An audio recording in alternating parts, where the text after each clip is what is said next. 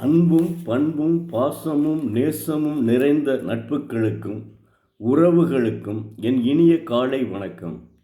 இன்று ஒரு குறள். அதிகாரம் 58. கண்ணோட்டம். குறள் எண் 571. கண்ணோட்டம் என்னும் கழிபெறும் காரிகை உண்மையால் உண்டு இவ்வுலகு. கண்ணோட்டம் என்று சொல்லப்படுகின்ற மிகச்சிறந்த அழகு இருக்கும் காரணத்தால்தான் இந்த உலகம் அழியாமல் இருக்கிறது. நமக்கு இறைவன் கொடுத்த வரம் பார்க்கக்கூடிய கண்கள். கண்கள் இருந்தால் கண்ணோட்டம் உடையவனாக இருத்தல் வேண்டும்.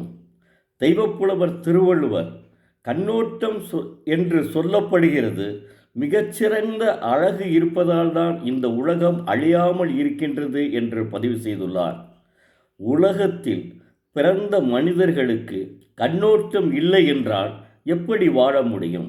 அதனால்தான் தெய்வப்புலவர் திருவள்ளுவர் இந்த உலகம் அழியாமல் இருக்கிறது என்று பதிவு செய்துள்ளார். தெய்வப்புலவரின் இத்தகைய அறிவுரைகளை திருக்குறளார் என்று அழைக்கப்படும் திருக்குறள் முனியசாமி திருக்குறளை பரப்புவதற்கே தன்னை அர்ப்பணித்து கொண்டார். அவர் இறக்கும்போது வயசு 81. திருக்குறள் முனியசாமி இறக்கும்போது வயது 81.